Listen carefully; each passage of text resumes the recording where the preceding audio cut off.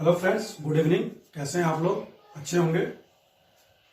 आज की क्लास जो हम बात करेंगे संविधान के यानी कॉन्स्टिट्यूशन के पार्ट 1 की भाग 1 में, जिसमें बात की गई कि इसकी संघ एवं इसके क्षेत्रों की। तो जल्दी जल्दी हम लोग देख लेते हैं इसको। तो आर्टिकल 1 से लेकर आर्टिकल 4 तक इसमें बात की गई है संघ एवं इसके क्षेत्र में। तो आर्टिकल 1 में क्या प्रोविजंस किया गया? आर्टिकल 1 में प्रोविजंस है कि संघ का नाम की बात की गई कि केंद्र का नाम क्या होगा और इसके जो राज्य क्षेत्र हैं उनके बारे में बात की गई है। तो इसमें बात की गई है कि इंडिया यानी भारत, यानी दोनों नाम रखा गया इसमें, इंग्लिश और हिंदी। संविधान सभा में ये बात उठी कि देश का नाम क्या रखा जाए। तो कुछ विद्वानों का मत था कि जो इसका परंपरागत नाम है, जो अब तक चला आ रहा भारत के नाम से, उसको रखा जाए।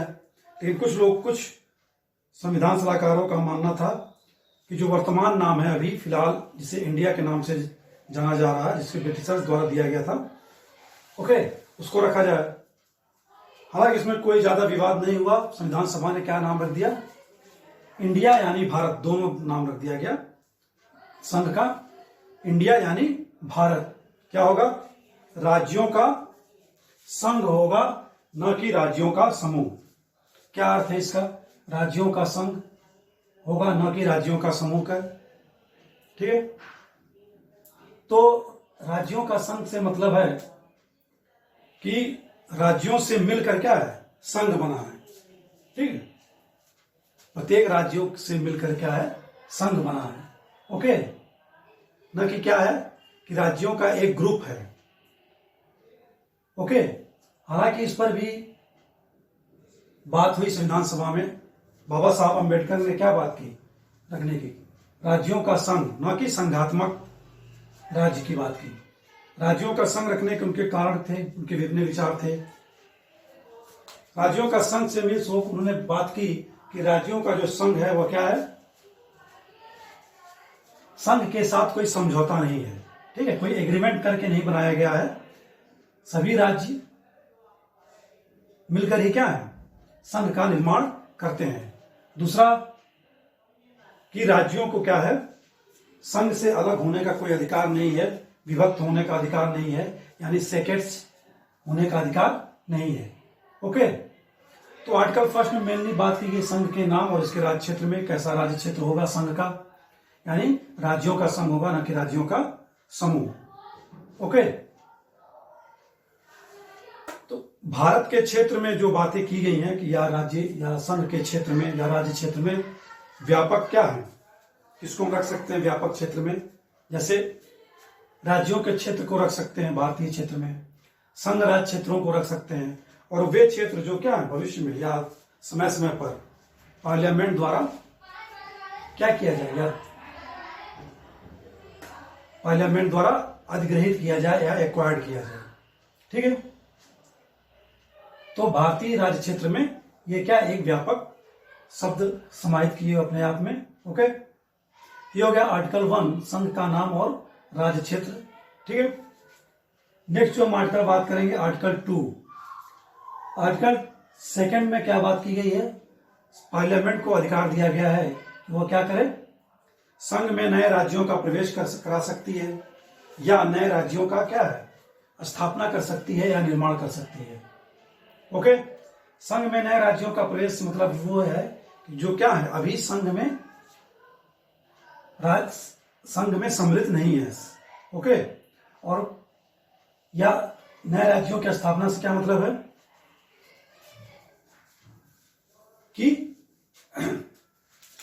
इनका अस्तित्व तो अभी नहीं है, इनका अस्तित्व है। जैसे नए राज्यों का प्रवेश मतलब प्रवेश तो तभी होगा ना जब वो पहले से एग्जिस्ट कर रहे होंगे। इनका मतलब यह हुआ कि पहले से ये अस्तित्व में है और अभी पार्ट नहीं है हमारे संघ के। ठीक है। और इसमें क्या है कि इनका अस्तित्व नहीं है, इनका निर्माण किसके द्वारा किया जाएगा? पार्लियामेंट द्वारा विधि सम्मत। ठीक है। कानून के तहत कानून बनाकर। ओके। तो आर्टिकल 2 में बात की है संघ के नए राज्यों का प्रवेश या उनकी स्थापना से। ठीक है। नेक्स्ट बात करेंगे हम किसकी?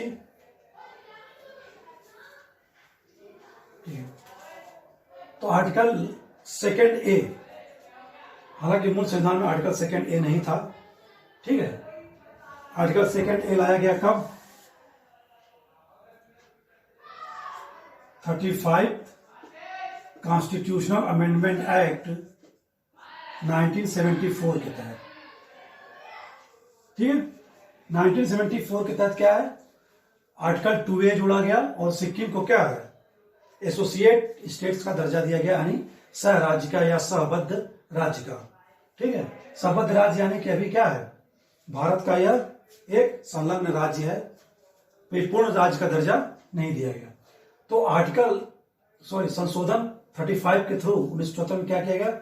आर्टिकल 2A जोड़ा गया और एक 10वीं अनुसूची जोड़ी गई, 10th अनुसूची, ओके, 10th अनुसूची। तो 10th अनुसूची तो हम जानते हैं, हमने पढ़ रखा कि 85 में जोड़ी गई दर बदल परिवर्तन कानून 52, लेकिन 10वीं अनुसूची पहले ही जोड़ी जा चुकी थी। किससे रिलेटेड? संबद्ध राज्य से नियम से रिलेटेड। संबद्ध राज्य से क्या रूल्स होंगे, नियम होंगे, कार्यक्षेत्र होंगे, उससे रिलेटेड क्या है? 35 कॉन्स्टिट्यूशनल अमेंडमेंट एक्ट 1974 के तहत क्या है? 10th अनुसूची जोड़ी गई और आर्टिकल 2A जोड़ा गया, ओके। लेकिन फिर 1975 में, कब? 36 कॉन्स्टिट्यूशनल अमेंडमेंट एक्ट 1975 के थ्रू क्या किया गया? पूर्णतः इसे पूर्ण राज्य का दर्जा दे दिया गया, किसे? सिक्किम को, यानी पूर्ण राज्य बना दिया गया, ओके। और इसी एक्ट के थ्रू क्या किया गया? ये जो 10वीं अनुसूची जोड़ी गई थी, इसको निरस्त कर दिया गया, ठीक है। और आर्टिकल 2A भी क्या होगा? 36वें संविधान संशोधन अधिनियम के तहत 1975 में जो आर्टिकल 2A जोड़ा गया था और 10वीं अनुसूची जोड़ी गई थी, उसे क्या है? समाप्त कर दिया गया, निरस्त कर दिया गया। इसीलिए हम आगे क्या देते हैं? 85 में दर परिवर्तन कानून से रिलेटेड 10वीं अनुसूची लाई जाती है संविधान संशोधन के थ्रू, ठीक है। ये हो गया सिक्किम को सह राज्य का दर्जा आर्टिकल 2A के थ्रू। नेक्स्ट जो आर्टिकल की बात करेंगे, आर्टिकल 3 ने बात यह भी कि संसद क्या है? कानून बनाकर नए राज्यों की स्थापना कर सकती है। तो आर्टिकल 3 के तहत पार्लियामेंट क्या कर सकती है? नए राज्यों का निर्माण कर सकती है, ठीक है। उनके क्षेत्रों में परिवर्तन कर सकती है, उनकी सीमाओं में परिवर्तन कर सकती है और उनके नाम में भी क्या है? परिवर्तन कर सकती है, ठीक है।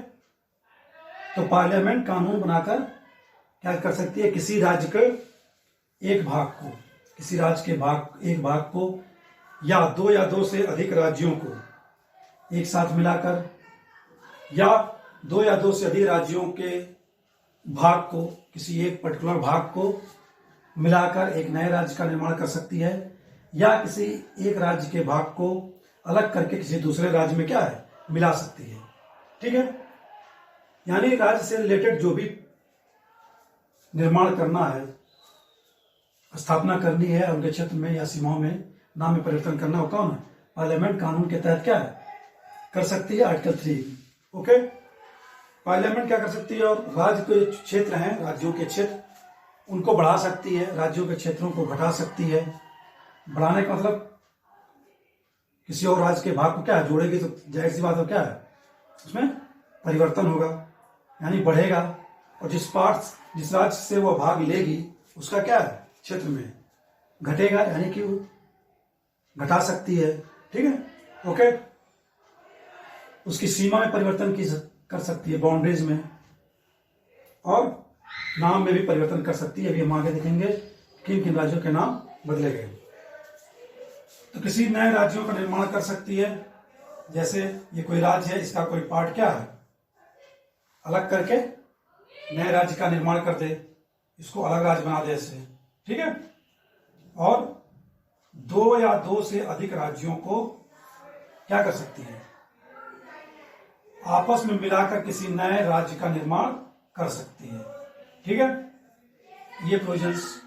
और क्या कर सकती है? दो या दो से अधिक राज्यों को, मान लीजिए दो हैं या मान दो से अधिक दे रहे हैं, ठीक है, ये पार्ट क्या कर रही है, निकालकर एक नए राज्य का निर्माण कर सकती है, ठीक है, या किसी एक राज्य के पार्ट को किसी दूसरे राज्य के भाग में क्या है, समाहित कर सकती है, मिला सकती है। हमने देखा उसके क्या है, उसके क्षेत्र में परिवर्तन हो रहा है, कहीं घट रहा है, कहीं बढ़ रहा है, ठीक है, सीमा में परिवर्तन हो जा रहा है, ओके। ये सारी चीजें क्या है, पार्लियामेंट द्वारा कानून बनाकर किया जा सकता है, नए राज्यों के निर्माण से लेकर लेकर क्षेत्रों, सीमाओं और नाम में। नाम की बात अभी हम आगे करेंगे, ठीक है। लेकिन क्या होता है, ये जो हमने फिगर वाइज देखा है, हम क्या समझ रहे हैं कि संविधान में क्या है, राज्यों के क्षेत्रीय एकता की कोई गारंटी नहीं दी गई है, उनके अस्तित्व की कोई गारंटी नहीं दी गई है, यानी कि आप बने रहेंगे। यानी राज्यों के अस्तित्व समाप्त किया जा सकता है किसके द्वारा, पार्लियामेंट द्वारा कानून बनाकर। जैसे यहां 3 स्टेट्स थे, तीनों को मिला के एक राज्य बना दिया गया, ठीक है, तो इन तीनों का अस्तित्व क्या होगा, समाप्त हो गया, एक नया राज्य उभर कर सामने आएगा, ठीक है। जैसे गोवा छोटा राज्य है, उसको महाराष्ट्र में मिला दिया जाए, तब वो गोवा का क्षेत्र भी क्या कहलाएगा, महाराष्ट्र राज्य में आ जाएगा। तो राज्यों से रिलेटेड जो संवैधानिक उपबंध हैं, संविधान में कोई भी क्या है, गारंटी नहीं दी गई है, या उनके अस्तित्व की कोई गारंटी नहीं है, उनकी क्षेत्रीय एकता की कोई गारंटी नहीं है। वहीं उल्टे अमेरिका में संविधान में क्या है, राज्यों को क्षेत्रीय एकता और उनके अस्तित्व की गारंटी दी गई है, ओके। तो इसीलिए भारत के संविधान विभाज्य राज्य का, ओके, विभाज्य राज्यों का अविभाज्य संघ, यानी कि राज्यों को हम क्या विभक्त कर सकते हैं, ठीक है। तो विभाज्य राज्य क्या, अविभाज्य संघ है हमारा भारत, ठीक है।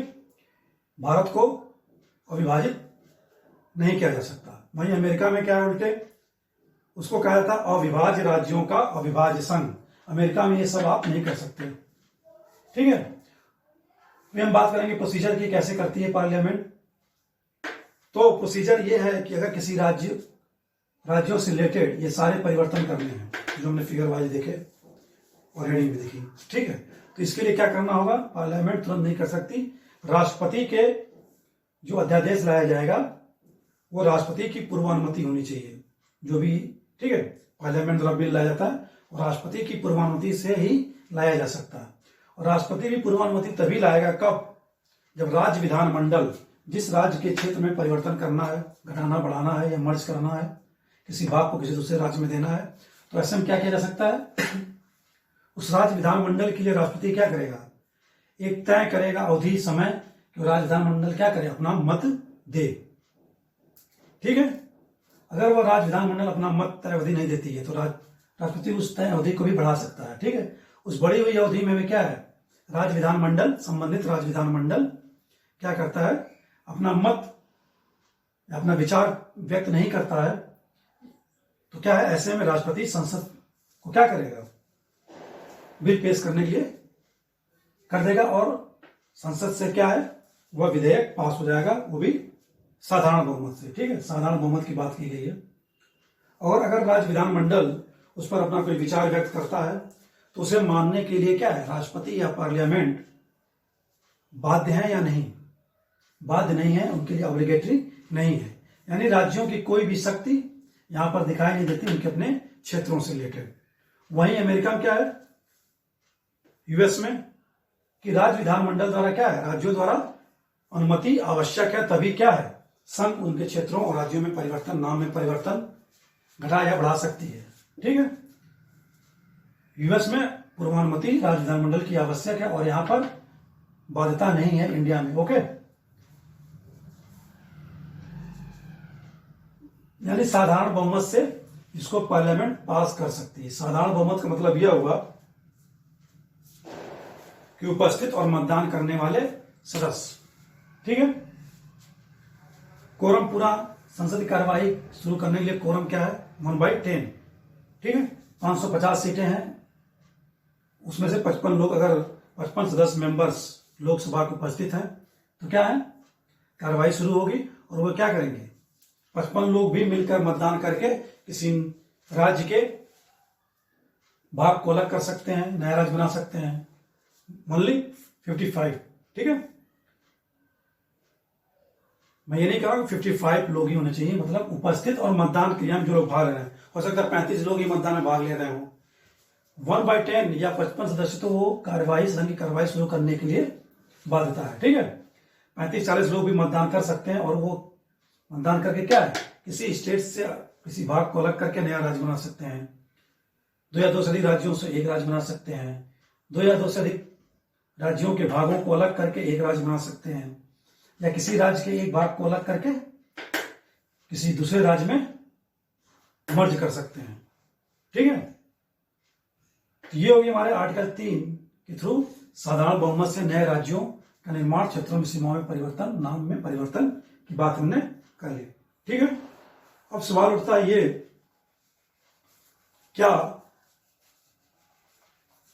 विदेशी क्षेत्र को भी, जो इनक्लेव, अंतर क्षेत्र हैं, इनक्लेव्स, जैसे कि जब भारत आजाद हुआ तो कुछ क्षेत्र भारत में रह गए पाकिस्तान के, और कुछ क्षेत्र क्या है, इनक्लेव्स, पाकिस्तान में रह गए भारत के। ऐसे टोटल कितने क्षेत्र थे, 111, ठीक है।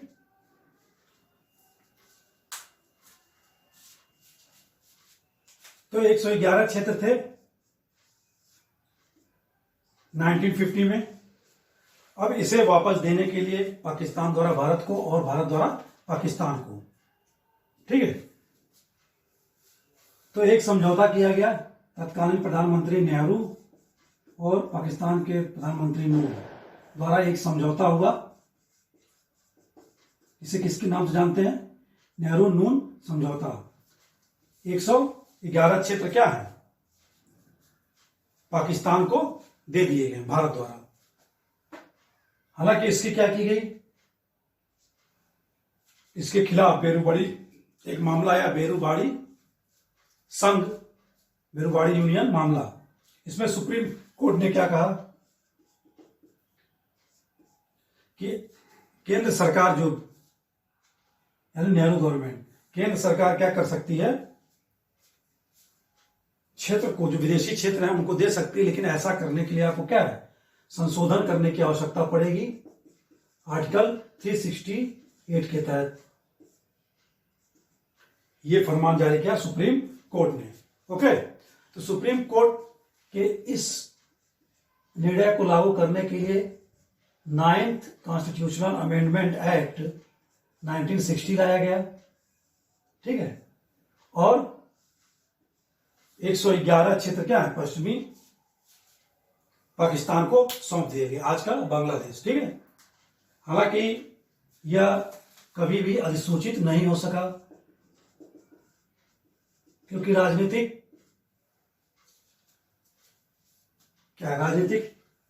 उथापों में और भी विरोध के कारण क्या है, इसका भी अधिसूचित, ये 9th कॉन्स्टिट्यूशनल अमेंडमेंट 1968 अधिसूचित नहीं किया जा सका, जो लंबे समय तक क्या है, विवादों में रहा। और कब सॉल्व हुआ यह मामला, 2015 में, ठीक है। यह मामला सॉल्व हुआ 2015 में 100वें कॉन्स्टिट्यूशनल अमेंडमेंट एक्ट के थ्रू, ठीक है। इसमें क्या किया गया, भारत ने जो क्षेत्र दिए कितने, 111, किसे दिया, बांग्लादेश को। आज का बांग्लादेश 1971 में बांग्लादेश पाकिस्तान से अलग होकर बना, ठीक है। और समझौता हुआ, फिर बांग्लादेश ने भारत को कितने क्षेत्र दिए, 53, जो क्षेत्र बांग्लादेश में थे, जिन पर क्लेम करता था भारत। तो 53 क्षेत्र क्या है, विदेशी क्षेत्र, बांग्लादेश द्वारा भारत को दिए गए, और भारत द्वारा 111 क्षेत्र किसको दिए गए, बांग्लादेश को, ठीक है, ओके। तो विदेशी क्षेत्रों को भी, जो एनक्लेव क्षेत्र हैं, अंतर क्षेत्र हैं, उनको भी क्या है, दिया जा सकता है, ऐसा सुप्रीम कोर्ट ने भी क्या है संशोधन के थ्रू बात की थी। लेकिन 1969 में सुप्रीम कोर्ट ने अपने फैसले को बदल दिया और क्या बोला कि संशोधन की कोई आवश्यकता नहीं है। कार्यपालिका का यह कार्य क्या है, विदेशी क्षेत्र जो अंतर्राष्ट्रीय विवाद से रिलेटेड क्षेत्र हैं उनको कार्यपालिका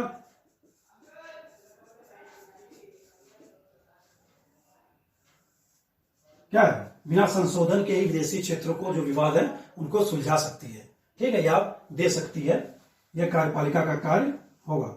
ओके, लेकिन भारतीय क्षेत्र जो है अभी, जो भारतीय क्षेत्र को विदेशों को नहीं सौंप सकते। ठीक है, सिर्फ उन्हें सौंप सकते हैं कार्यपालिका जो क्या है विवाद के विषय है, अंतर्राष्ट्रीय विवाद के विषय है। अंतर्राष्ट्रीय सीमा के निर्धारण का विवाद करना हो तब से कार्यपालिका बिना संशोधन क्या है उन क्षेत्रों को विदेशों को सौंप सकती है, लेकिन जो भारतीय क्षेत्र हैं उनको नहीं सौंप सकती। ठीक है, ये हो गया आर्टिकल 3 के बात की हमने, राज्यों के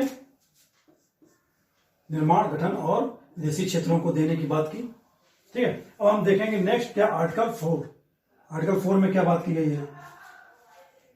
आर्टिकल 4 में 2 सब क्लॉज हैं, फर्स्ट और सेकंड। पहली क्या है कि पहली अनुसूची और चौथी अनुसूची में संशोधन से रिलेटेड है। ठीक है, पहली अनुसूची और चौथी अनुसूची में संशोधन। तो ये संशोधन कब किए जाएंगे। पहली अनुसूची में क्या है, राज्य क्षेत्र और संघ राज्य क्षेत्रों के बारे में बात की गई है। ठीक है, उनके क्षेत्रों नामों से रिलेटेड बात की गई है। और चौथी अनुसूची में क्या है, चौथी अनुसूची में राज्यसभा में राज्यवार आवंटन है सीटों का। तो जाहिर सी बात है जब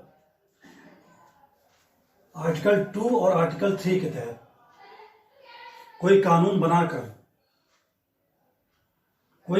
बनाकर नए राज्यों का निर्माण किया जाएगा, सीमाओं में परिवर्तन किया जाएगा, नाम में परिवर्तन किया जाएगा, तो यहां भी क्या है पहली अनुसूची और चौथी अनुसूची में हमें चेंजेस करने पड़ेंगे। ठीक है, जैसे लेटेस्ट जम्मू कश्मीर को 2 भाग में तोड़कर संघ शासित प्रदेश बनाया गया, तो जाहिर सी बात है पहली अनुसूची में उसके नाम क्षेत्र का क्या है अलग से प्रोविजंस किया गया, और चौथी अनुसूची में जो बंटवारा है राज्यसभा का उसमें भी चेंजेस किए गए होंगे लद्दाख और जम्मू कश्मीर के लिए। तो जो संशोधन किए जाएंगे आर्टिकल 2 और आर्टिकल 3 को लागू करने के लिए जो कानून बनाया जाएगा पार्लियामेंट द्वारा वह सामान्य कानून होगा या साधारण बहुमत से बनाया जाएगा। उसे क्या माना गया है, आर्टिकल 4 के क्लास 2 में बात की गई है, उसे संविधान संशोधन नहीं माना जाएगा। बनाया गया कानून जो संसद द्वारा बनाया गया कानून है वह साधारण कानून की तरह ही क्या है माना जाएगा, न कि आर्टिकल 368 के तहत संविधान संशोधन का। ठीक है, तो आर्टिकल 4 में बात होगी पहली अनुसूची और चौथी अनुसूची की। ओके, यूपी है, यूपी में अगर कोई 2 राज्य में बांटना उसको हरित प्रदेश यानी कि पूर्वांचल और पश्चिमांचल, तो राज्यसभा में कितनी सीटें हैं 31। यूपी है उसको 2 भागों में बांट रहे हैं, इसके जो सीटों का निर्धारण अभी है क्या है इसको 2 पार्ट में करना होगा, उसमें संशोधन करना होगा। तो ऐसे किए गए संशोधन क्या है आर्टिकल 368 के तहत सामान्य कानून के तहत ही या साधारण बहुमत के तहत ही माने जाएंगे। जो भी हमने बात की साधारण बहुमत की 1/10 पार्लियामेंट के कोरम पूरा होना चाहिए और उसमें क्या है उपस्थित और मतदान करने वाले सदस्यों से क्या हुआ पारित होना चाहिए। ठीक है, ये हो गया आर्टिकल 4 में जो प्रोविजंस किए गए थे। ओके, अब हम बात करेंगे किसकी, नाम में परिवर्तन। किनके नाम में परिवर्तन किया जा चुका है। जैसे 1950 तक क्या था, उत्तर प्रदेश को संयुक्त प्रांत कहते थे। क्या कहते थे, संयुक्त प्रांत। इसका नाम चेंज करके क्या किया गया फिर, यूपी यानी उत्तर प्रदेश। ठीक है, ऐसे ही 1969 में क्या किया गया, तब आज का जो तमिलनाडु से मद्रास कहते थे वो मद्रास नाम चेंज करके तमिलनाडु किया गया। इस तरह 1973 में मैसूर का नाम चेंज करके क्या किया गया, कर्नाटक किया गया। और 1992 में संघ शासित प्रदेश दिल्ली को 69th कॉन्स्टिट्यूशनल अमेंडमेंट 1991 के थ्रू क्या किया गया, एनसीआर घोषित किया गया, यानी राष्ट्रीय राजधानी क्षेत्र दिल्ली नाम घोषित किया गया। ओके। और 2006 में उत्तरांचल को यूके किया गया, पांडिचेरी को का नाम चेंज करके पुदुचेरी किया गया। ठीक है। 2011 में उड़ीसा को ओडिशा किया गया, उड़ीसा की जगह ओडिशा किया गया। यही क्या है, आर्टिकल 3 के थ्रू नाम में भी परिवर्तन पार्लियामेंट द्वारा कानून बनाकर या संशोधन करके किया जा सकता है। ठीक है, नाम में परिवर्तन हो गए। तो राज्यों से रिलेटेड इसके राज्य क्षेत्र से संघ एवं इसके राज्य क्षेत्र की बात करें तो राज्यों के पुनर्स्थापना से रिलेटेड 2-4 आयोग आए, उसकी बात करते हैं। अधिनियम आया, जैसे धर आयोग। धर आयोग कब आया था? जून 1948 में। ठीक है। तो भाषा के आधार पर बहुत पहले से ही क्या है, राज्यों के पुनर्गठन की मांग कर चल रही थी। जब नेहरू रिपोर्ट आई थी 1928 में, मोतीलाल नेहरू, उन्होंने भी क्या भाषा के आधार पर बात की थी राज्यों के गठन की। तो उसी को मुद्दा बनाकर क्या है, स्वतंत्रता के बाद भी क्या हो रहा था कि भाषा के आधार पर राज्यों का पुनर्गठन किया जाए। इस लिहाज से जून 1948 में धर आयोग का गठन किया गया कि क्या भाषा के आधार पर नए राज्यों का पुनर्गठन किया जा सकता है। तो धर आयोग ने पूर्णतः भाषा के आधार पर नए राज्यों के पुनर्गठन को क्या किया, अस्वीकार कर दिया, जब इन्होंने अपनी रिपोर्ट दी दिसंबर 1948 में। ठीक है। तो इन्होंने क्या बात की, किस आधार पर राज्यों का पुनर्गठन होना चाहिए, वो आधार क्या था, प्रशासनिक सुविधा। धर आयोग ने प्रशासनिक सुविधा के अनुसार राज्यों के पुनर्गठन की बात की। ठीक है, फर्स्ट धर आयोग हो गया। इससे क्या हुआ, असंतोष फैल गया देश में। ठीक है, खास करके आंध्र प्रदेश वाले रीजन में। ठीक है। तो नेक्स्ट जो आयोग बनाया गया, जेवीपी आयोग, दिसंबर 1948 में ही इसने अपनी रिपोर्ट कब दी,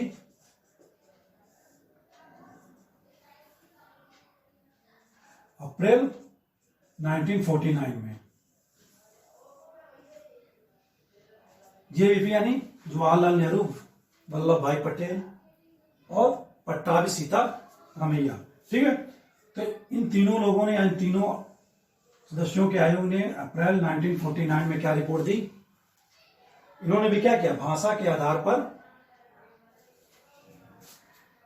राज्यों के पुनर्गठन को क्या किया, अस्वीकार कर दिया। ओके। लेकिन श्री रामलू पोट्टुलिली नहीं सुनो, पोट्टी श्री रामलू। ठीक है। तो 1953 आते आते आंध्र प्रदेश का गठन करना पड़ा भाषा के आधार पर, यानी आंध्र प्रदेश की भाषा क्या है, तेलुगु, मद्रास से अलग करके। मद्रास यानी तमिलनाडु, यानी कौन सी लैंग्वेज, तमिल। तो 1953 आते आते क्या करना पड़ा गवर्नमेंट को, भाषा के आधार पर गठित होने वाला पहला राज्य बना आंध्र प्रदेश। क्यों? क्योंकि जो कांग्रेसी एक कार्यकर्ता थे, कौन, पोट्टी श्री रामलू, उन्होंने 56 दिन का क्या है, भूख हड़ताल रखी, और 56 दिन की भूख हड़ताल पर उनकी मृत्यु हो चुकी थी।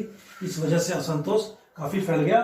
फिर क्या किया, 1953 में मद्रास से अलग करके तेलुगु भाषी क्षेत्र आंध्र प्रदेश बनाया गया। ओके। बाद में इसमें हैदराबाद भी शामिल किया गया। इसी क्रम में नेक्स्ट जो आर्टिकल आएगा, आर्टिकल नहीं, आयोग आएगा 1953 में ही। कौन आएगा, 1953 में एक आयोग आएगा, फजल अली आयोग।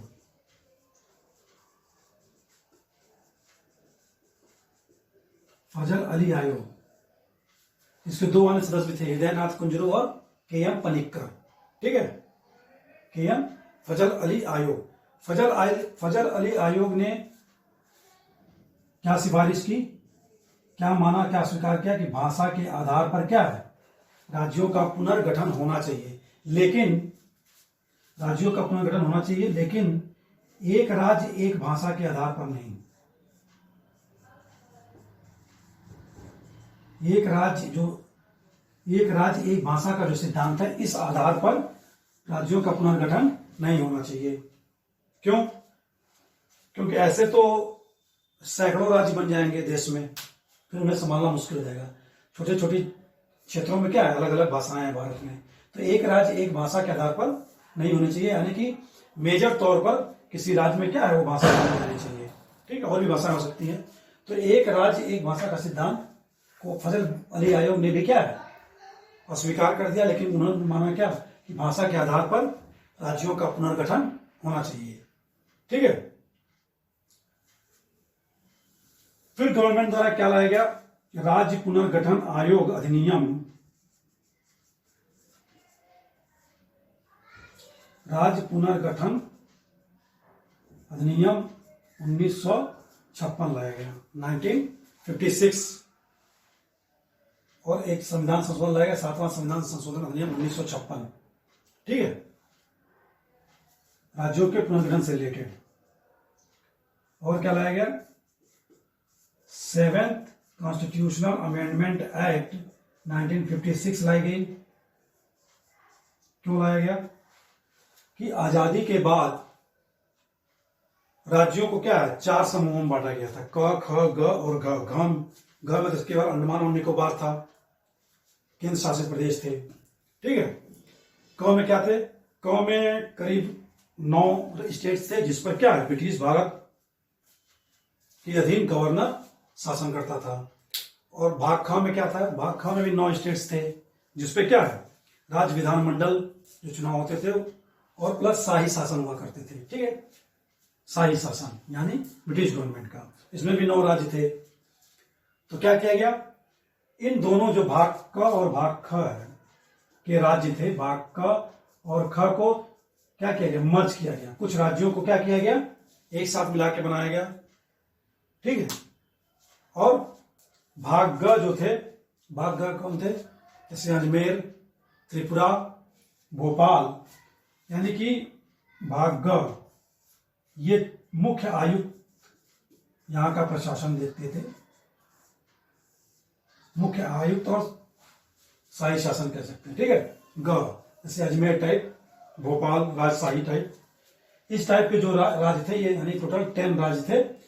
इसको क्या कर दिया गया, पूरा समाप्त कर दिया गया, और किसी न किसी राज्य में क्या है इनको मिला दिया गया। इतने बड़े भी नहीं थे कि इनको क्या अलग से राज्य बनाया जाए। एक तो क ख को मिला के राज्य बनाया गया, इसे समाप्त करके कि इसमें जो 10 स्टेट्स थे उनको मिलाया गया। ओके, और घ में जो अंडमान निकोबार था वो तो वैसे ही पड़ा रहा, अंडमान एंड निकोबार द्वीप समूह। ठीक है, तो इस तरह जब मिलाकर बनाया गया 1956 में, तो टोटल कितने स्टेट बने, 14 राज्य प्लस 6 यूनियन टेरिटरी अस्तित्व में आई 1956 में।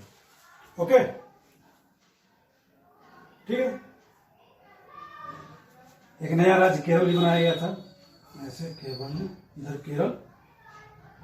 ठीक है, ये मालाबार का क्षेत्र, त्रावणकोर और कासरगोड जो दक्षिणी कन्नड़ का क्षेत्र था, उसको मिलाकर क्या है केरल राज्य भी अलग से स्थापित किया गया। ठीक है, 1956 में ही। ठीक है, 1956 में ही केरल बना। ओके, 1956 के बाद भी बहुत सारे स्टेट बने 1960 में, जैसे बंबई राज्य को अलग करके मराठी क्षेत्र महाराष्ट्र और गुजराती क्षेत्र गुजरात बनाया गया। ठीक है, और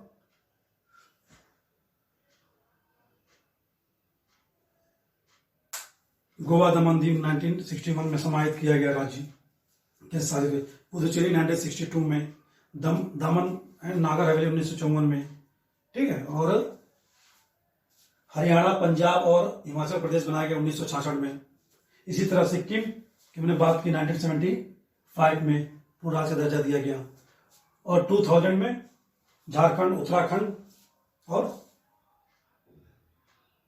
छत्तीसगढ़। ठीक है, फिर 2014 में तेलंगाना बना, और लेटेस्ट जो बना 2019 में जम्मू कश्मीर को केंद्र शासित प्रदेश बनाकर 2 भागों में तोड़कर लद्दाख 2 केंद्र शासित प्रदेश बनाए गए, जम्मू कश्मीर और लद्दाख। ठीक है, तो आज के लेक्चर में मैंने बात की भाग 1 संघ एवं इसके क्षेत्र। हमने आर्टिकल 1, 2, 3, 4 की बात की, आयोग की बात की। ठीक है, आज का लेक्चर यही एंड करेंगे, कल के लेक्चर में नेक्स्ट टॉपिक उठाएंगे। ओके, आज के लिए इतना ही। नमस्कार।